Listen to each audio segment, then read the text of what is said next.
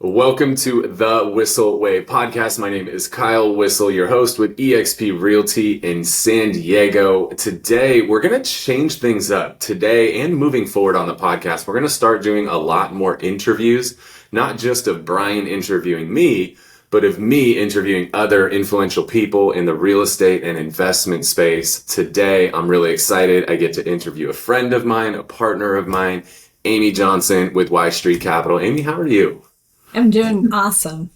I love it. Well, it's going to be fun today. The goal of our show is to give you the tools, techniques, and tactics to go out there and crush it in your business. The way that we like to do that is to answer questions that you have for us. So if you ever have a question or you have a guest you want to have us feature on the show, you can always go to thewhisselway.com. You can ask us questions on there, subscribe to the podcast, the YouTube channel, join our private Facebook group and email newsletter for some tips and tricks. And if you want to level up your content creation game, you can do all of that at thewhisselway.com.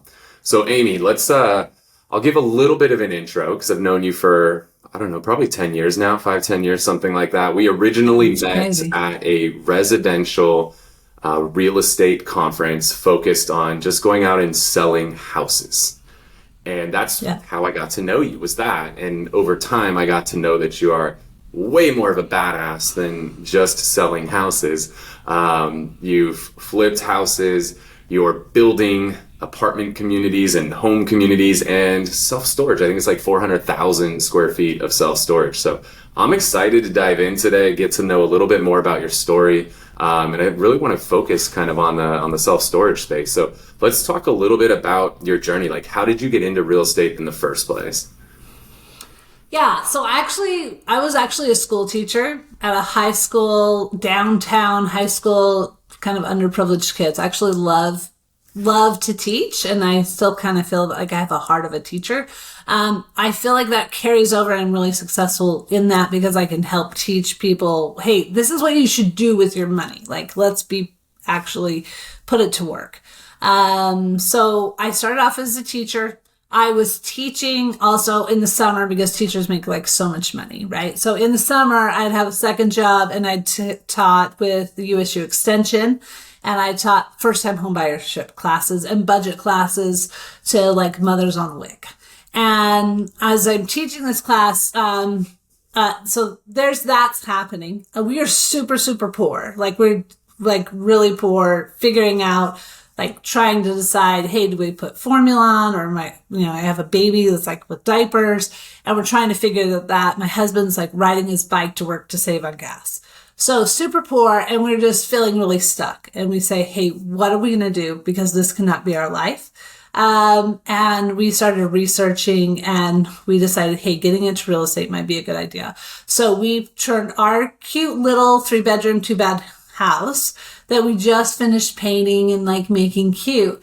And we said, okay, we're going to sell everything possible. We're going to do lots of tutoring, washing windows, and we're going to save enough for a 3.5% down payment to buy a different house and move it into our primary residence. And so we turned this house into a rental and moved into the most stinky, grossest, disgusting house ever. I still get cringes about it. But we did it, and it was a huge momentum for us to be able to take. And so and that's called house hacking, kind of like people call that house hacking. And that's what we started. So we started with house hacking. Later on, I decided, my boy had some health problems, and I decided to stay home with him and just work from home by doing like tutoring and some other things. I didn't do the usual school part. And we were doing this real estate, and we had started with some flips by that and using other people's money. We didn't have all our money, right? We were broke, but people had money, and we would put it to work and make a rental and make it better for them. And so my husband's like, hey, Amy, you teach first-time homebuyer classes. You teach this every day. Plus we're doing real estate. Why don't you get your own real estate license? And so that's what we did. But I was first an investor. We had gone through 5 different properties between 3 different rentals and 2 other flips, before I ever became a real estate agent. So I was an investor first, teacher, investor, then became an agent. It makes sense now why your husband loves cars, because he used to have to take a bike to work and now he's obsessed with cars. So now it all like comes full circle. I get it now. Yeah. Well, and first, I will tell you, he did have a gray Eclipse turbo car, totally running something. Anyway, it was a custom color. He had a car. And when we were first married, to buy our first house, he sold that car for us so that we could buy this house. And so he has always put us over his hobbies. But yes, now I'm always like, yeah, you buy that car. Go for it. I love that. And you mentioned you got into this flipping, but using other people's money. So I know it's a misconception. People are always like talk themselves out of doing flips or really any investing. I don't have any money, so I can't. How did you work through that? Yeah, so we were also during a time, we were blessed that it was during a time that the housing market was on sale too. So there was that. And people really wanted to instill, they had money. The stock market was not a place to put their money at that time. And they really wanted to, but they still wanted to put it to work. And they just needed some confidence. And we were very solid, very confident on what we were doing. We were buying these short sales, and these houses were like fire sale. Like there was like a no-brainer. You couldn't even build this house for the cost that we were buying this house. And so we said, hey, we will split that 50-50. We brought the deal, and we have good lending. We can lend on it.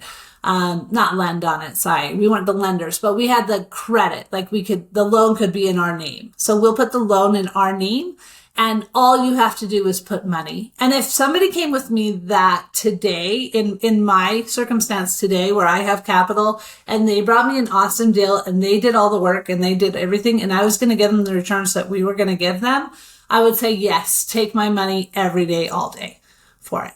And so I try, and I remember that and how scary of a market that time where people wanted surety. And I think something that's important today is that hasn't changed. People want surety. They want to feel comfortable. They want to feel confident that, hey, are these people going to be good stewards with this money? They took a long time to make this money. What did they sacrifice of their hours in their day to make this money? It's important. And I make sure that I don't take that for granted. And I want to say, okay, how would I want to, because I have been a passive investor on other people's deals, how would I want to act? How would I want to feel? How would I want to be communicated with? And what type of return do I want? And so when we are forming deals, even today, when we're forming a deal today, I want to make sure that number one, I am a good steward with that money. I'm not flippant about how we're spending it. I'm very conscious about, are we doing the best value engineering for this project as possible? Are we communicating to the investors this is how we're using their money? All of those things, because I understand what a blessing it is to be able to say, hey, I trust you with this money, this hard-earned money that I used. And so I took those principles that I had back then when the environment was a little scary. And let's be honest, today, the environment's a little scary. We're trying to figure out, we don't even know which president campaign we have going on right now, right? Like I'm not getting into politics, but there's a lot of crazy stuff that's happening, and there's a little bit confusion. And so I want to I know the right thing is I want to invest with my money. I don't want it to just like sit somewhere. I need to make it and put it to work, but who's going to put it to work, and who's going to put it to work the best way that I can trust? Yeah. So, if you're listening to this, guys, like, what do wealthy people want is they want to like grow their wealth with like the least amount of effort possible. So if you can just show somebody how you can take whatever their $100,000 and in 6 months turn that into $120,000, $150,000, and they don't have to lift a finger, and provide them the surety that you're going to make it happen, whether it's by the numbers or by your track record or the combination thereof. Wealthy people love that. Like Amy mentioned, like wealthy people have worked really hard to get where they're at. The last thing they want to do is take on a lot more work. So if you could show them how to grow their wealth without having to work, they don't care if you make money. They're fine if you make money. Like sometimes it's like a limiting belief we have in our head that like, well, I don't know, like, is it okay if I take this money? Yes, they don't care. Like, honestly, a wealthy investor, they're not so concerned about how much money you're going to make as long as they make the kind of money they want to make, because their alternative is like put it into mutual funds or T-bills or whatever and make like 5 to 8%. If you could show them how you can make them double that with the same level of surety and no work, they're all for that. You can make your money. It's okay. Investors are happy to let you make money. You go put the work in. They've been putting in work their whole lives. If you can make it so they don't have to work, but their money still grows, they're a big fan. So don't sell yourself short. They're like, I can't do this because I don't have money. You just got to give them that surety, be a good steward with their money. And the first deal, maybe they just give you a little bit of money, but then you do a great job for them. And then you come back to them for the second one and they're willing to give you more money and more money. And before you know it, you might have people that are giving you 7 figures, right? They're giving you unlimited money. Yeah. One of my largest funders came to me. They came to me off of a free ad. Like we have like this KSL. It's kind of like Craigslist. Think of Craigslist, only not like the creepy Craigslist of posting a duplex for sale. Okay. So that's one of my largest investors. Did he tell me that he owned a yacht and was like super wealthy when he called me? No, he did not. But I was a good steward on that deal. And we moved on to the next deal. I still had no idea. Like if this guy, he pulled up in a used car, he dressed in Costco clothes. Like you still have no idea, right? So we're still doing another deal. Anyway, fast forward, moving on. And I worked on a $50 million property for him for that because, and he calls me over and over and he's like, Amy, you're a gold mine. And I'm not trying to be like robust, but he's just like, he said, you were as good of a steward with me when I was working on a small duplex, $150,000 deal over here as a $60 million deal over here. And that's why I always answer your call, even if I'm on my boat. So that's where I think that's the important part. Like, even if it's a small amount, what might be a small amount for you might be a huge amount for somebody else. So beautiful. So flipping houses, running a residential real estate brokerage, how did you start to transition to bigger and better things? Yeah, so we were doing these single family homes, and I almost killed myself a little bit by saying this, but at one time I was saying these single family homes are getting too expensive. I was a little bit spoiled of like how great of deals we had, right? And so I'm just like, they're just not cash flowing the way we want. And I'm also realizing this single family home is taking a lot of work. It takes a lot of time to get the residential loan, and then you get that loan, and then, you fix it, and blah, blah, blah, blah, blah. And so the time amount it took for one unit, it was taking too long. And I had this big vision, and I said, we're not going to get there by the best analogy I could think about is like if you have a boat and you're trying to bail it out with like a tablespoon. And I'm like, I have this vision, or we're building, and we're only building it with a tablespoon of a hill, a sand castle, and you're only moving your dirt with a tablespoon to build this hill.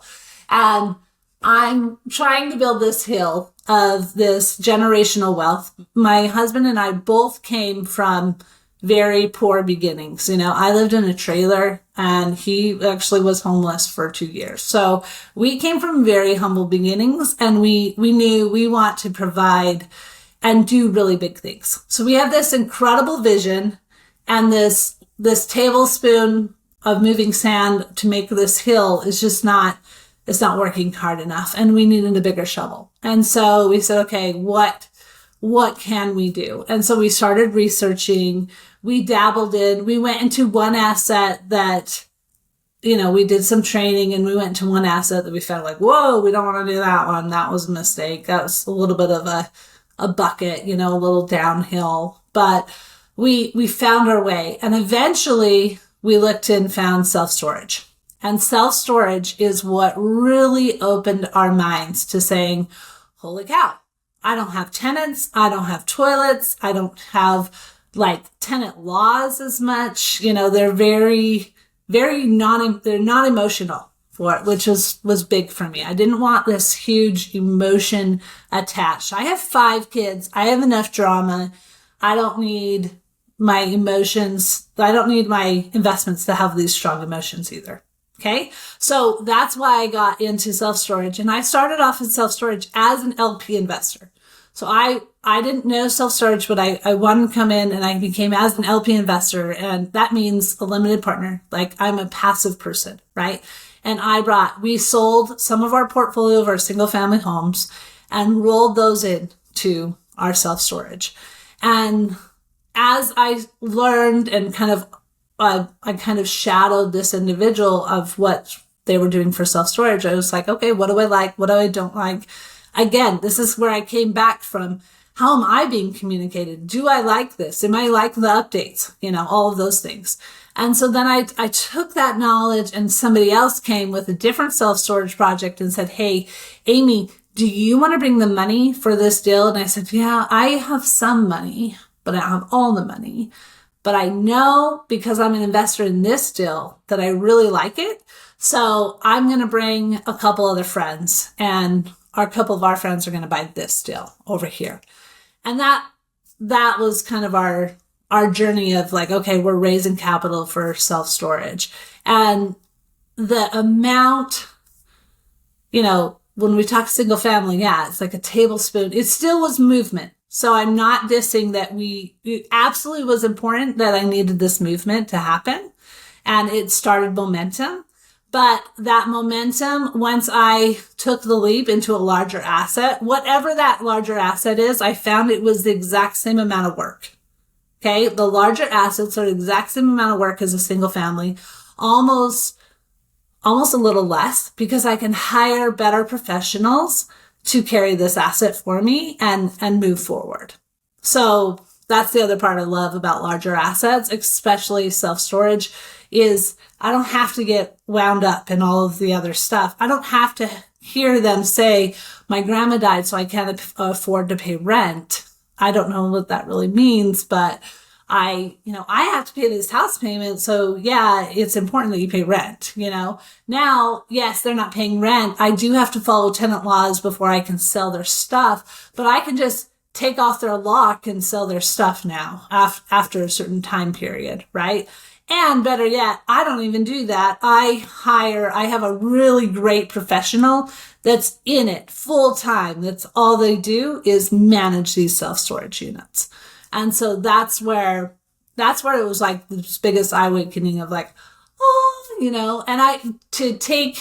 have a single family home, and yes, you might join in equity. It might, yes, okay, I gained 50,000 this year and going it. Well, you 10 times that. And now we put $1 million down for this self-storage project we bought with seller finance. That project, it went just by not putting money into it, just by helping the NOI of like collecting rent and things like that, and a good business. We went from 3 million to 5 million. So now you've got $2 million there by not putting any CapEx, not putting extra money in there. Okay. Then we added an extra lot and built on. And we've got now, I'm fast forwarding a deal and oversimplifying it a little bit, but we've got a $9 million project that we've built out that whole lot, an extra amount. And we have an $18 million asset. So now you've got $9 million. So that, and started off with $1 million. And really, the $1 million is really all we put into this project, into this $19 million asset now. Everything else was done with leverage, value creation, everything else. So, yeah. It's the same general principle as what you were doing with flipping, right? Like buy something, use leverage, add value, right? And voila, except now you're just doing it at a much greater scale without all the headaches. You mentioned like tenants, toilets, trash. Like my self-storage facility that I use does have toilets, it's a porta potty. Like, they don't even have to do anything, right? Like, there's a truck that comes around like every week or two and empties it, and they don't even have to touch it, right? Like, it's, the management is so much more simple, and the tenant landlord laws are so much more favorable. I mean, hell, I'm in California. Like, if I want to get a residential tenant out, even if their lease is up, I have to pay them money for them to leave. Like, yeah, it used to be cash for keys. If I had like a non-cooperative tenant, like, I had to pay them just to go away. Like, now I have to pay a cooperative tenant that's not even on a lease anymore. They're just month to month. If I want them to leave, I have to pay them money. Like, it's insane what the laws are when it comes to, residential. And then, right, like, the office space is a train wreck right now. Like, vacancy rates all around the country are, insane.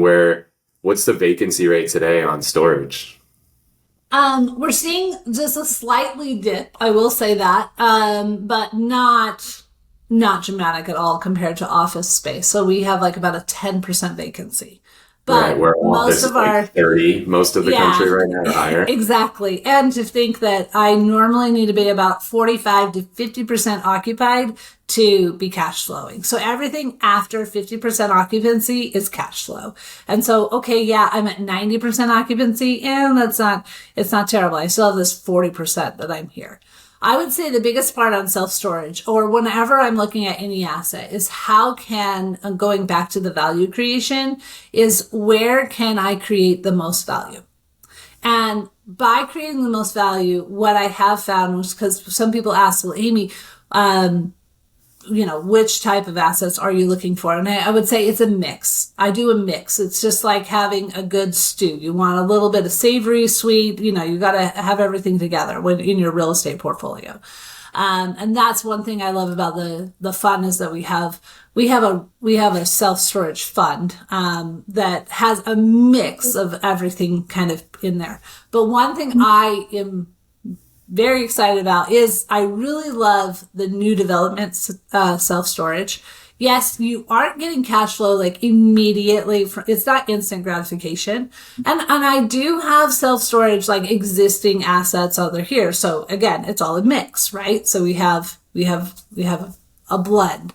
But one thing I love about new development is the massive amount of value you create by taking raw land that's not entitled, and it's not entitled for self-storage. And I go through the city and I say, hey, I want to build a self-storage here. And I've taken raw land, ag land, it's usually agricultural land. And now, and I entitle it to self-storage. Well, right there, I've made a bunch of value creation. Now I've taken that entitlement and I have building permits. That's another step of value creation. Now I'm going to actually go build the structure. I build that structure. We've got value creation right there. Now the best, and this is the cream of the whole investment, is I fill it and occupy it and make it a running business. And now I've got the best amount for there. And so it's all about creating that massive amount of value, and which steps can I take to create that massive amount of value for it. So you mentioned a fund. Talk about the difference. What is a fund? And alternatively, what's a syndication? Okay, so syndication is one individual deal. You have one asset. It has an address for that asset, and that's it. Okay, and you put your money and you're only in part of that, and you know exactly, and you're only part of this one GP and everything else. Okay, it's very singular, and it's only that one asset. Well, now you take a fund model, and it basically says, okay, hey, we have done very similar syndications like this individually. Well, every time you do one syndication, there's like a lot of legal paperwork that goes with it. And so it's a little bit of a slower process. And so instead you say, hey, we're going to create one fund. Think of it like a bank account of like, this is just one group lump sum of money. Instead, your money goes into this bank account. We will only use this money on bank accounts that match these certain type of assets. And so then we list A, B, and C. So it's a little bit more of like a menu approach of saying, hey, these are the options, the A, B, or C options. It gives us freedom to be able to act quickly. It gives us the opportunity to say, hey, it fits in this sphere of type of deals that we want to do, and it fits the profit margin. We have to hit a certain profit margin to say. And so now I can invest in a one fund and have my money, instead of being set into just one asset, I can have it be divided into, the 3 assets that are inside of there. And so the good part about that is when, like, if you have money coming in, like, think of a household budget and you have multiple streams of incomes coming in, well, then that's great. So now you have maybe that's a bad example, I guess, of different streams, but like you have these 3 different assets that are coming in. Well, maybe Florida market is just like gun ho and outstanding and market jumping it out of the park. Well, great. That one's up here. Well, maybe the California market is like, actually, we don't invest in California. Sorry. So, but it's down here. Okay. Because of politics or something. I don't know. And here, well, now because I'm in a fund, if I was only in this asset over here that's struggling, I would be struggling. And if I was only in Florida, I'd be knocking it out of the park.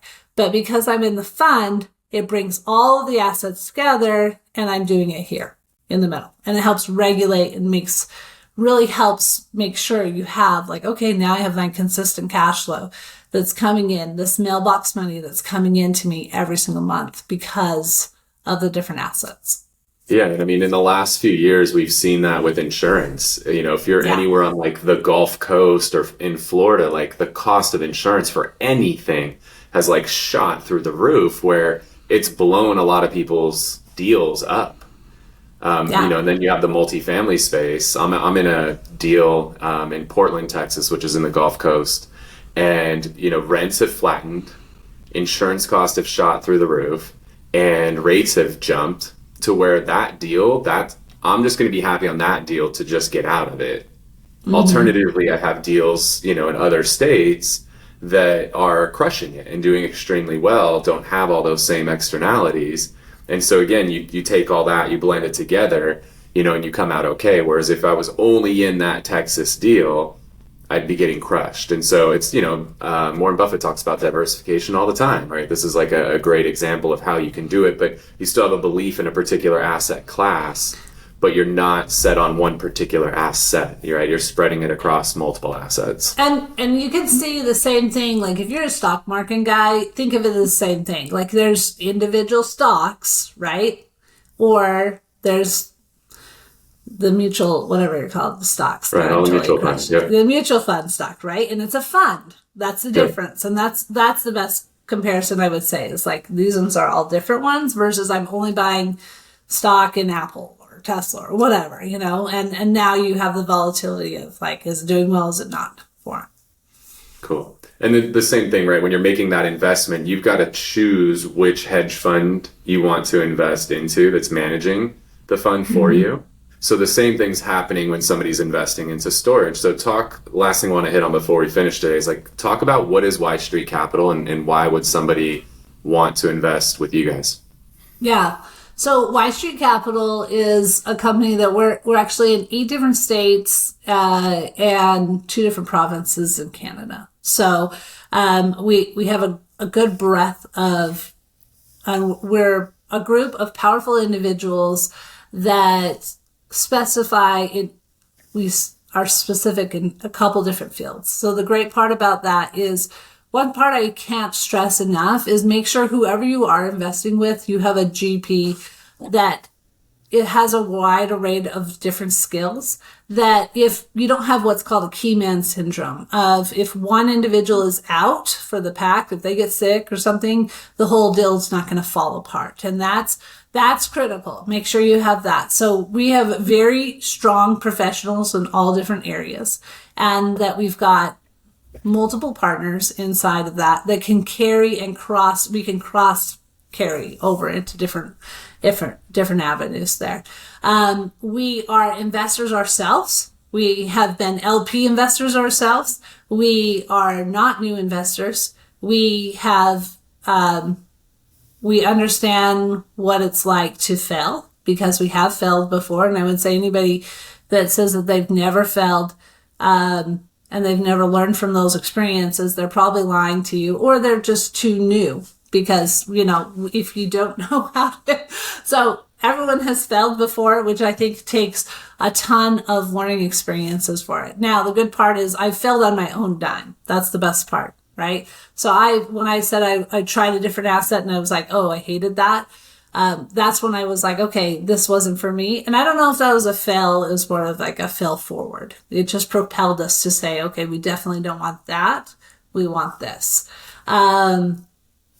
So we have years, I would say, combined, what is that? Like 65 years worth of experience. So we have a lot of experience associated with this. This is not our first rodeo in investment. And we do something else that's, I would say, distinct about us is that we're industry quality, meaning family offices will invest with our money. Large institutional money will invest with us. So that means that we have to fit our certain procedures, have to sit a certain quality for it because they have this standard.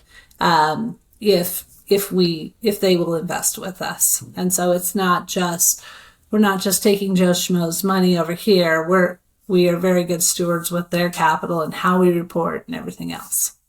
Awesome. Well, if you guys are watching this, if you want to get connected with Amy, just send me a DM on Instagram at Kyle Whissel. I'll make a personal introduction.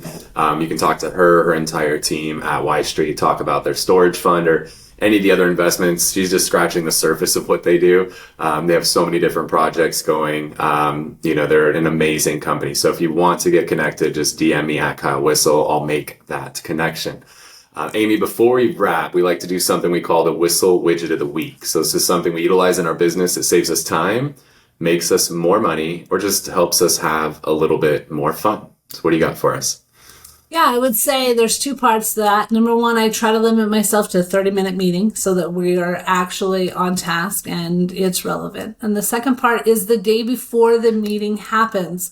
I usually shoot out an email and say, or actually have my assistant shoot out an email and say, hey, what's on the agenda for this meeting on this specific thing? And if somebody says, I don't have anything to talk about, like it's a weekly meeting, then we go ahead and cancel that meeting so that we're not there and just saying niceties. That's great, but I'd rather have niceties on different time and different terms. And so then when I jump, because I'll jump from this meeting straight to the next, and I have my agenda sitting right there. It's just in a Google form of the daily meetings and say, hey, here's the agendas and this is what we're doing. This is what we're talking about. I can get in the meeting. We say, hi, great. Let's jump into and get to work. So it's straight business and let's jump to it. Yeah, if you're having meetings just to have meetings, like that's a problem. Like you should realize that maybe we don't need this meeting. Yeah. So I love that. And have the power to cancel the meeting, and just say, hey, obviously there's nothing on the agenda. Yeah, we're not having this meeting. We'll see you next week. Talk to me in email. Cool. So the one I want to share, you mentioned Craigslist earlier. I'm in the market right now to buy a boat. I have a child who was terrified of boats for the last 4 years. Now she loves boats.